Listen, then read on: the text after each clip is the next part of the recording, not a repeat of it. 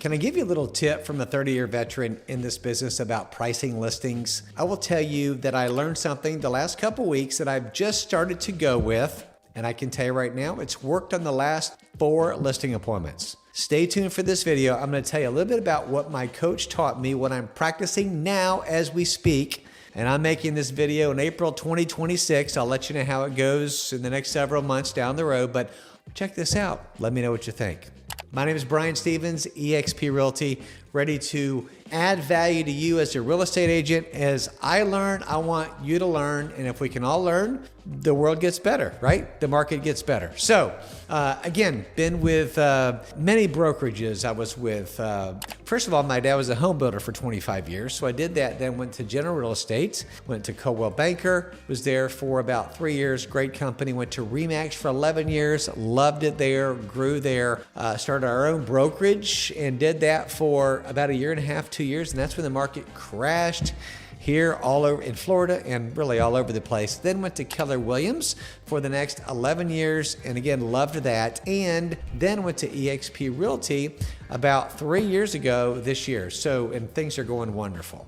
All right, so here's what I'm continuing to learn. I am mainly a listing specialist, and what I'm going to tell you is a slight shift I have now done in my market analysis. So put a lot of time, a lot of effort into my market analysis, but today I want to talk about one thing and one thing only, and that's pricing. You and I know there's 3 reasons that a home does not sell, and I use this all the time whenever I'm talking to my sellers or I meet them and talk about pricing, right? 3 reasons. Number 1, location. Number 2, condition. Number 3, price. And it's normally number 3, which is price, okay? If we could figure out the price on these listings, hey, these things would all sell right away. And by the way, if we nailed it down exactly perfect every time, there'd be no homes in the market. So that wouldn't be a good thing. I currently carry a good amount of listings, right? I say that to say I'm always trying to tweak things, make it better. But here's what I learned, and especially been practicing the last month. In my listing presentation, I would generally give a price range, okay? So I'm gonna use the example of if I would do all my market analysis, come up with the comparables, usually I'll have, call it 4 active, a couple pending, and at least 4 sold properties. That's just generally what I do on the average. Now that's gonna tweak a little bit depending on the market and the neighborhood, but that's generally what I put. And what I would typically do, and I'm gonna give you a round number here, and this is just kind of for illustration purposes. If I thought the home was worth, I'm gonna say $459.9, for example, okay? I would give them a range of $450 to $470. Okay, I may say 475, but I'm gonna say 450 or 449.9 to 469.9. That may be my range, okay? Ultimately, I thought 459.9 is a decent price. The sweet spot would be really 449.9 or 450. Why? Because buyers typically search in increments of, in that price range, $25,000 or $50,000. In that price range. I think my personal opinion is whenever they go over 500,000, then they may search in increments of $50,000, right? And again, that's all opinion and who knows, but that kind of gives you an idea. So I would always, up until a month ago, do my market analysis and put a range. So for example, I would put 450 to 470. Well, here's what I learned over time. And again, this is a very generalization of my last so many years in going on appointments with market analysis. So I bring them the market analysis and it would have a price range. Just call it again, 450 to 470, 475. Almost all of the time they would pick the higher price. And I would tell them that's on the higher side a little bit, but let's give it a shot. Let's see what the market does. No hurt, no harm, no foul in putting it out there. By the way, there's nothing wrong with doing that. And by the way, sometimes it worked and I was not always 100% right. Sometimes you put at the higher price and it sold for that. I mean, again, I'm telling you what I'm doing now in this market, which is very, very price sensitive with rates a little bit higher. You've really got to be on target on price. So I would give them a range. Most of the time they would pick higher. Okay. Nothing wrong with it. Now what I do, what I talked to my coach, had a conversation with them and he said this, you need to come up with an exact price, what you give them, okay? And you call it the sweet spot.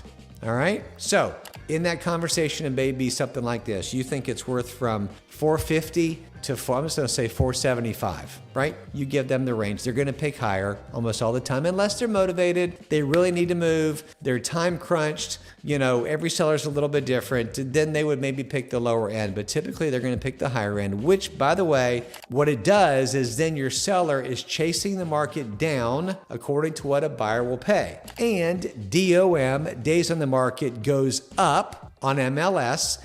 Days on the market is our killer. That's our death. We don't like days on the market because what happens? If a home is on the market, say 92 days, right? Our average range here in the Central Florida area in my market is about 75. Say it's in the market 92 days. Buyers are looking at it online on Zillow and Realtor and all the Redfin, all the sites on MLS and going, what's wrong with it? And the truth is there's really nothing wrong with it, but they probably overpriced it because nobody's making offers. So this is what happens. So instead of that, have a price in mind that I do and that you should put on your market analysis. Now, for example, my mind, this home, $449.9 or $450 is the price. That's the sweet spot. Okay. So I'm going to put on my market analysis $450. That is it. Well, Brian, I think I should maybe go 460, 465, but you're saying 450. What do you think about that? Well, Mr. and Mrs. Seller, that would be a very aggressive price. That would be on the aggressive side. Your home may take longer to sell at that. Just so you know, I really think the sweet spot is 450. Okay, I think 450, and I think your home will probably sell for about 440 is what I'm estimating here. Because in your price range, Mr. Seller, homes are selling for about 97 to 98% of list price. So you'll probably come in around 435, 440, something like that. So we should list it at 450. Again, every conversation is going to be a little bit different, but you kind of see what I'm going at. So put that exact price, what you feel like you should list it for.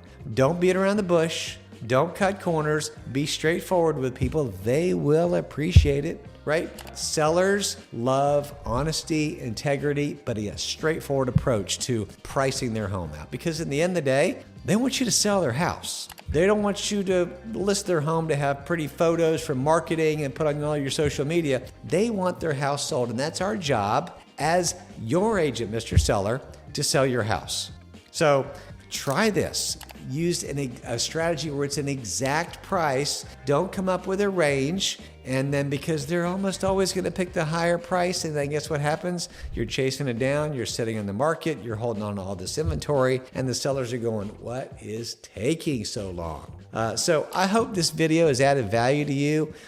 This is what I'm doing today. Now, as I tweak it and as I learn more, I will go on here and I will illustrate some more examples of that. I hope this video has helped you. Do me a favor. If you like this content, comment below what you learned from this, what you're going to try, and what your thoughts and feelings are. Here's the thing. I'm not right in 100%, but I want to offer and add value to you, right? And to help you win in your business because we learn from each other, okay? We're always learning from each other. God bless you guys. Have a great day.